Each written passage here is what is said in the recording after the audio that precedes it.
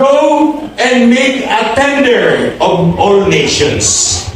At sabi diyan, umayo ka at gawin mong alagad ang lahat ng mga bansa. Paano yung alagad? Ang alagad ay sumusunod sa Diyos. Ang alagad ay nagpapaalipin sa Diyos. Ang alagad ay nagpapasakop sa Diyos. Ang alagad ay ginagawa yung mga bagay na nais ng kanyang amo. Tingnan pa po natin sa Mark chapter 16, verse 15. Ano ang sabi? Go into all the world and preach the gospel to all creation. At sabi po dyan, humayo na po tayo. Go! Humayo ka sa lahat ng mga bansa at ipangaral mo ang salita ng Diyos sa lahat ng mga nilikha niya. Bakit?